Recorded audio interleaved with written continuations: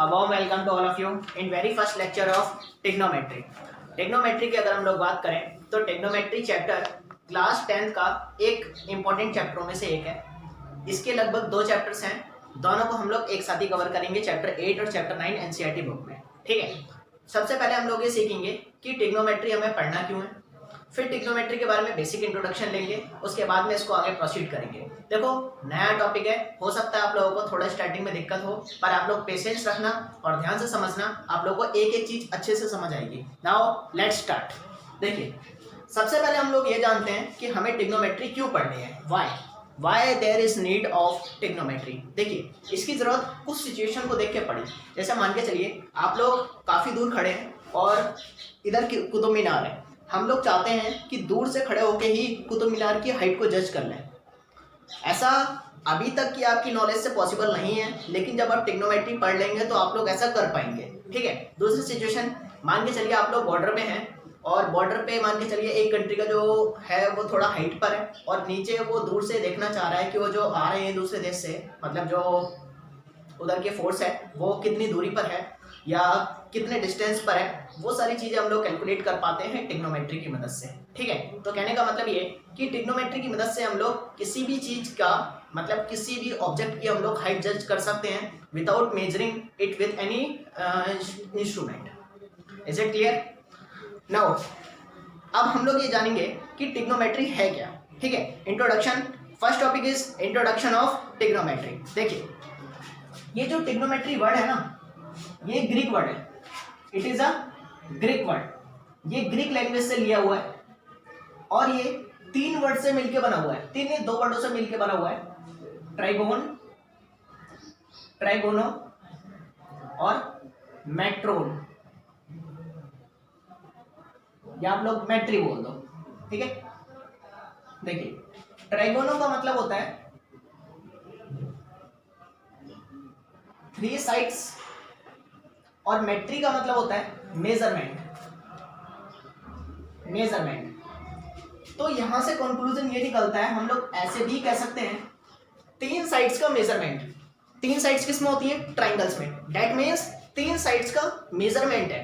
अब इसको हम लोग दूसरे शब्दों में ऐसे भी बोल सकते हैं, in other words we can also say trigonometry is the branch of mathematics. ये मैथमेटिक्स की वो ब्रांच है जो एंगल्स, एक ट्रायंगल के एंगल्स और साइड में रिलेशन को एस्टेब्लिश करती है और उनके बारे में पढ़ाती है हम लोगों को। ठीक है, मतलब एक ट्रायंगल के एंगल्स और साइड में क्या रिलेशन होता है उसके बारे में, उसको मेजर करना या उसके बारे में जो भी कुछ होता है वो सारा का सारा हम इस ब्रांच में पढ़ते हैं। ये बहुत इंपॉर्टेंट ब्रांच है।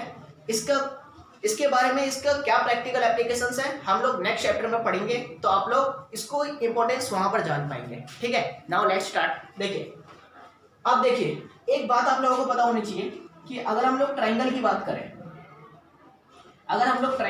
करें, तो ट्रायंगल ऐसा भी हो सकता है और एक ट्रायंगल ऐसा भी हो सकता है। ठीक है, मतलब एंगल के बेस पे जब हम लोगों ने डिवाइड किया था तो एक्यूट एंगल होता है, एक्यूट एंगल ट्रायंगल होता है, ऑब्ट्यूज एंगल ट्रायंगल होता है, एक होता है राइट एंगल ट्रायंगल। तो ये जो ट्रिग्नोमेट्री है ये मैथ्स की वो ब्रांच है जो एंगल्स और साइड में रिलेशन एस्टेब्लिश करती है इन राइट एंगल ट्रायंगल। हम लोग ट्रिग्नोमेट्री को राइट एंगल ट्रायंगल में ही लगा सकते हैं, या हम लोग ट्रिग्नोमेट्री का तब यूज करेंगे, ट्रिग्नोमेट्री का जब यूज करेंगे जब कहीं ना कहीं राइट एंगल ट्रायंगल बन रहा हो। Is it clear? ठीक है, अब हम लोग ये जानते हैं कि एक ट्रायंगल में कितनी साइड्स होती हैं? एक ट्रायंगल में कितनी साइड्स होती हैं? 3 साइड्स होती हैं। और कितने एंगल्स होते हैं? 3 एंगल्स होते हैं। तो एंगल के बारे में थोड़ा सा पहले चर्चा कर लेते हैं। नाउ चर्चा ऑन एंगल पे थोड़ा सा डिस्कस कर लेते हैं। एंगल क्या होता है? देखिए एंगल की अगर हम लोग बात करें तो एंगल एक ऐसा फिगर है जो, हाँ तो हम लोग किसके बारे में डिस्कस कर रहे थे? एंगल के बारे में। एंगल क्या होता है? Angle is basically a figure with 2 arms having common vertex. अगर 2 आर्म्स में एक कॉमन वर्टेक्स पर हो तो उसे एंगल बोलते हैं, ये आप लोगों को सबको पता ही होगा। और इस एंगल की अगर हम लोग बात करें तो इस एंगल को हम लोग 3 तरीके से लिख सकते हैं, वो आप लोगों को पता ही है कि या तो एंगल जैसे अगर इसका नाम हम लोग AOB दें तो इसको हम लोग क्या बोल सकते हैं, एंगल ओ बोल सकते हैं, या फिर एंगल ए ओ बी बोल सकते हैं, या एंगल बी ओ ए बोल सकते हैं। एंगल का जब हम लोग मेजरमेंट करते हैं तो मेजरमेंट करने के लिए 3 यूनिट्स होती हैं, ये आप लोग अभी जान लो, बाकी इसके बारे में हम लोग क्लास 11th में पढ़ते हैं। 3 यूनिट होती हैं, एक होती है डिग्री, रेडियन, स्टेडियन। तो डिग्री में मेजर करना हम लोग इस क्लास में सीखेंगे, बाकी के जो 2 होते हैं वो हम लोग नेक्स्ट क्लास में पढ़ेंगे, यानी कि क्लास 11th में। ठीक है, तो एंगल के बारे में आप लोगों को समझ आया। अब हम लोग क्या करने वाले हैं, अब हम लोग एक राइट एंगल ट्रायंगल के बारे में डिस्कस करते हैं। एक राइट एंगल ट्रायंगल में क्या क्या साइड्स होती हैं, क्या क्या एंगल्स होते हैं, आइए देखते हैं राइट एंगल ट्रायंगल में।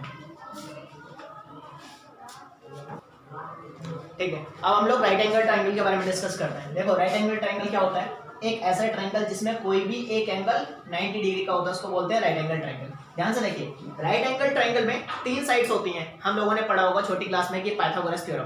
Pythagoras theorem basically right angle triangle में ही एप्लीकेबल होती है।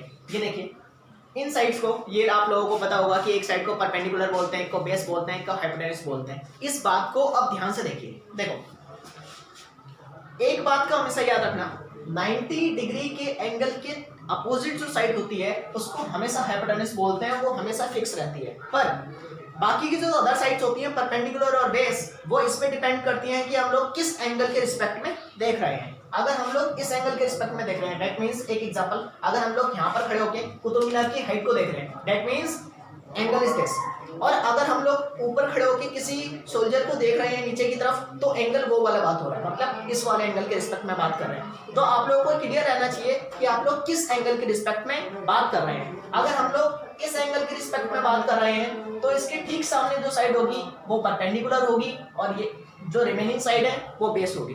और अगर हम लोग इस एंगल के रिस्पेक्ट में बात कर रहे हैं तो क्या होगा, परपेंडिकुलर ये होगा, और रिमेनिंग साइड जो होगी वो बेस होगी। दैट मींस और कि हाइपोटेन्यूज फिक्स रहती है, परपेंडिकुलर और बेस एंगल पे डिपेंड करते हैं। ये किस पे डिपेंड करते हैं, एंगल पे डिपेंड करते हैं। तो कहने का मतलब ये है कि आप लोग एक बात और जान लो कि जिस एंगल के रिस्पेक्ट में हम लोग बात कर रहे हैं उस एंगल का मेजरमेंट अगर हमें नहीं पता है तो एक जनरल रिप्रेजेंटेशन देते हैं, और जनरल रिप्रेजेंटेशन देने के लिए भी एक वर्ड लिया गया है, वो भी ग्रीक लैंग्वेज से लिया गया है, जिसको हम लोग बोलते हैं थीटा। ठीक है, इसको थीटा बोलते हैं। अब देखिए, अब इस एंगल को साइड्स के साथ में रिलेट करने के लिए ट्रिग्नोमेट्रिक रेशियोज डिफाइन किए गए। ट्रिग्नोमेट्री में सबसे फर्स्ट इंपॉर्टेंट टॉपिक हम लोग पढ़ने जा रहे हैं ट्रिग्नोमेट्रिक रेशियोज। 6 ट्रिग्नोमेट्रिक रेशियोज होते हैं, और इन ट्रिग्नोमेट्रिक रेशियोज जैसे हम लोग बोलते हैं कि देखिए, ट्रिग्नोमेट्रिक रेशियोज का मतलब ये होता है कि इस एंगल का इन साइड्स के साथ में रिलेशन एस्टेब्लिश करना। साइड के बीच में एक रिलेशन होता है, आप लोग बचपन से पढ़ते आ रहे हैं, जिसको हम लोग पाइथागोरस थ्योरम बोलते हैं। हाइपोटेन्यूज का स्क्वायर, परपेंडिकुलर का स्क्वायर प्लस बेस का square, this is our Pythagoras theorem, और ये हम लोग बचपन से पढ़ते आ रहे हैं। अब इस एंगल का इन साइड्स के साथ में क्या रिलेशन होता है, इस रिलेशन के लिए आप लोग एक टेबल को जानो। पहले देखो, पी पंडित भोला प्रसाद हर हर भोले, आप लोग इस टेबल को याद रखना। पंडित भोला प्रसाद हर हर भोले संस्कृत का एक मंत्र, या फिर आप लोग इसको ऐसे बोल सकते हैं, पाकिस्तान भूखा प्यासा, हिंदुस्तान हरा भरा। आप लोग जैसे भी याद रखें, आप लोग इसको याद रखना। अब इसका यूज कैसे करेंगे, आइए हम लोग सीखते हैं। कितने ट्रिग्नोमेट्रिक रेशियोज होते हैं, 6 ट्रिग्नोमेट्रिक रेशियोज होते हैं। देखिए, अगर हम ठीक है, अब हम लोग ट्रिग्नोमेट्रिक रेशियोज डिस्कस करते हैं। देखो, टी रेशियोज, ट्रिगोनोमेट्रिक रेशियोज, इस ट्रिग्नोमेट्रिक रेशियोज को हम लोग ऐसे भी बोल सकते हैं टी रेशियोज, इसको शॉर्ट में हम लोग बोलते हैं टी रेशियोज। ये ट्रिग्नोमेट्रिक रेशियोज 6 होते हैं। पहले लोग इनकी फुल फॉर्म जान लीजिए, साइन, कोसाइन, टेंजेंट, कोटेंजेंट। देखो, इस साइन को हम लोग शॉर्ट में ऐसे लिखते हैं, सिन, ऐसे लिखते हैं। इस कोसाइन को हम लोग शॉर्ट में लिखते हैं कॉस। इस टेंजेंट को हम लोग शॉर्ट में लिखते हैं टेन। इस कोटेंजेंट को हम लोग शॉर्ट में लिखते हैं कॉट। फिर आता है सेकेंड, सेकेंड को हम लोग शॉर्ट में लिखते हैं सेक। फिर आता है कोसेकेंड, कोसेकेंड को हम लोग शॉर्ट में लिखते हैं कोसेक। ठीक है, अब साइन की अगर हम लोग बात करें, ये साइन आप लोग ऐसा मान के चलिए कि जैसे हम लोग बोलते हैं कि दर्द हो रहा है, फिर बोलते हैं कि पैर में दर्द हो रहा है, तो उस दौरान में क्या पैर को टच करके देखा जाता है। हम लोग बोलते हैं दर्द हो रहा है, पेट में दर्द हो रहा है, तो पेट को टच करके देखा जाता है। उसी तरीके से हम लोग बोल रहे हैं साइन, दैट मीन्स अगर हम लोग इस एंगल का साइन ले रहे हैं तो इसका मतलब कोई दो साइड रिलेट होंगी इस साइन की वजह से। देखिए अगर हम इस थीटा का sine of theta that means p/h, अगर हम लोग थीटा का कॉस ले लें तो क्या होगा नेक्स्ट b/h, ऐसे हम लोग tan ले लें तो p/b। अब उल्टा करना शुरू कर दीजिए, पीछे से आइए पर नीचे से ऊपर की तरफ जाइए, b/p। अगर हम लोग sec लेते हैं h/b, कोसेक लेते हैं h/p। यहां से कंक्लूजन क्या निकलता है, यहां से कंक्लूजन ये निकलता है। अच्छा पहले एक बात और जान लीजिए, ये इसकी फुल फॉर्म होती है। फुल फॉर्म को हम लोग शॉर्ट फॉर्म में ऐसे लिखते हैं। हम लोग हमेशा जब भी बात करेंगे तो इनको लेके बात करेंगे कि tan थीटा क्या है, cot थीटा क्या है, मतलब हम लोग हमेशा शॉर्ट में ही बात करेंगे। पर इन ट्रिग्नोमेट्रिक रेशियोज की फुल फॉर्म क्या होती है आप लोगों को पता होना चाहिए। दूसरी बात ये कि sin थीटा लिखा हुआ है, इसका मतलब ये है this is read as sine of angle theta. इसको हम लोग क्या बोलेंगे, साइन ऑफ एंगल थीटा। कभी भी ये मत बोलना साइन मल्टीप्लाई थीटा, साइन और थीटा में प्रोडक्ट नहीं है, साइन ऑफ एंगल थीटा है, ठीक है। तो कहने का मतलब ये दो बातें आप लोग याद रखना। इस टेबल की मदद से आप लोग कभी भी बना सकते हैं, ठीक है। अब इसके बाद में क्या आप लोगों को टी रेशियोज याद रहेंगे, क्या आप लोगों को ये याद रहेगा पाइथागोरस का रिलेशन, ठीक है। अब हम लोग क्या करते हैं, इन टी रेशियोज में भी एक रिलेशन होता है। यहां से देखिए कुछ कंक्लूजन निकालते हैं, यहीं से कुछ कंक्लूजन निकालते हैं, वो भी आप लोग याद रखना। पहला कंक्लूजन ये देखिए, अगर हम लोग साइन का देखें p/h, इसका ठीक उल्टा देखना h/p, दैट मीन्स ये दोनों एक दूसरे के इनवर्स है। कॉस को देखिए b/h h/p, ये दोनों एक दूसरे के इनवर्स है और ये दोनों एक दूसरे के इनवर्स है। That means sine theta is equals to 1 by cosec theta. Next cos sec, cos theta is equals to 1 by sec theta. Tan and cot, that means tan theta is equals to 1 by cot theta. यहां से conclusion ये निकलता है कि तीन trigonometric ratios अगर आप ऊपर के लिख लें sin cos tan, तो नीचे के जो होते हैं वो इन्हीं के ही ठीक अपोजिट होते हैं। एक बात यहां से कंक्लूजन निकलता है ये। दूसरी बात आप ये देखिए, अगर हम इन दोनों को डिवाइड करें दैट मीन्स p/h और b/h को अगर हम लोग डिवाइड करें, देखिए p/h डिवाइडेड बाय b/h, जब ये वाला फॉर्म होता है तो कैसे डिवाइड करते हैं, बाहर बाहर वालों को मल्टीप्लाई कर दीजिए, अंदर अंदर वालों को मल्टीप्लाई कर दीजिए। दैट मीन्स p/h ये ऊपर गया, ये इसके साथ में गया, b/h, आंसर इज p/b। देखना p/b क्या होता है, p/b tan theta. That means अगर हम इन दोनों को डिवाइड करें तो हमें क्या मिलता है, tan theta. Conclusion tan theta is equals to sin theta by cos theta. Is it clear. और हम लोगों को पता है कि tan का उल्टा क्या होता है, cot theta. That means cot theta is equals to, इसका भी उल्टा कर दीजिए, cos theta by sin theta.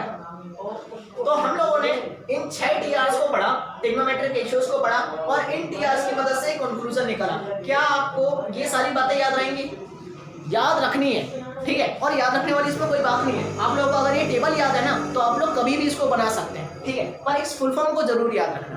अब हम लोग इन टी रेशियोज के बेस पे किस तरीके के क्वेश्चंस पूछे जाते हैं, हम लोग सिर्फ वैरायटी कवर करेंगे, बाकी आप लोग क्वेश्चंस बुक से करना, ठीक है।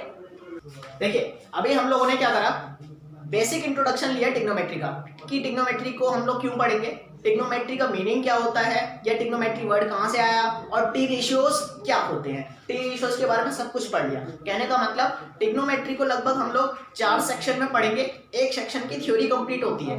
नेक्स्ट लेक्चर में हम लोग इसके बेसिस पे क्या क्या क्वेश्चंस पूछे जाते हैं मैं सारी वैरायटीज कवर करूंगा। तब तक आप लोग इन बातों को याद रखना, इन बातों को कहीं से अच्छे से नोट कर लेना, और मिलते हैं नेक्स्ट वीडियो में और पढ़ेंगे इनके बेस पे क्वेश्चंस। तब तक के लिए गुड बाय।